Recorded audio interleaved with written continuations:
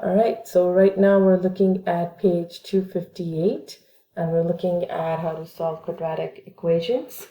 So we have learned in the past to solve equations by isolation, so sometimes that is what you need to do.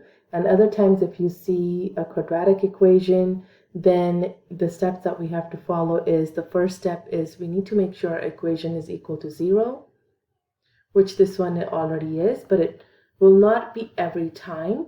Okay, so sometimes equations can show up where one or the other term is on the other side. So you need to make sure everything is on one side, expand it out nicely so we can see it's in its form. Then the second step you're going to do is factorize. So the factorization can be done GCF. You can do it by your inspection, chart, decomposition, any method that you will decide based on the equation.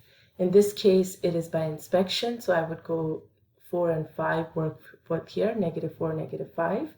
And then you're going to use your zero product law.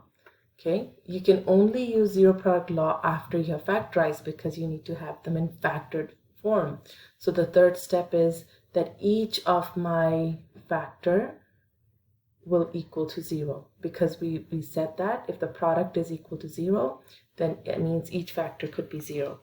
So now if I solve for x from each of them, this becomes 4, this becomes 5.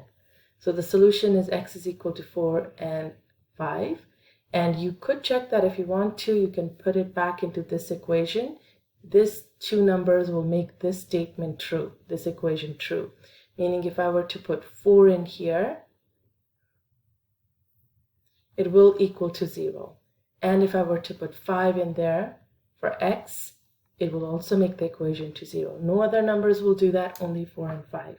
So that means we have solved the equation. Okay, so our 4 steps are: make the equation equal to 0, factorize, set up a zero product law, and then solve for x in the end, or the variable. Okay, so here's an example. Every equation is already equal to 0. I could do some of these or most of these questions by isolation, but I want to use that 4-step process. So equation equal to 0, factorize. So this one would be by difference of squares, and then set each of them equal to 0, and then solve for x. So the two possible solutions are positive and -9. You could write it like this. Okay. In this example, b is the same. In this example, I could probably take a 10x out as a GCF, leaving me with x minus 9. So now I don't really need to do any further factorization. I have two factors, these two. So 10x equal to 0 and x minus 9 equals to 0. 10x, if I were to solve, the number 10 really doesn't really matter, but it's the x, so x could be 0. And here x will be equal to 9. So again, two solutions. In the last one, I would be able to take a 10 out, not an x anymore. So 10 squared minus 9. This one I would have to factorize further.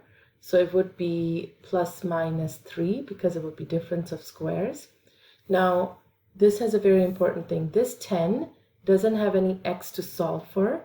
So it's not a number that you need to solve. It doesn't have an x in it.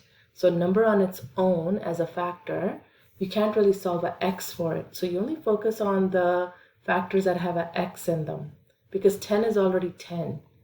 There's no x in there to change that. There's no variable. So again, there's only two answers here again. X is 3 and x is +3, negative and +3.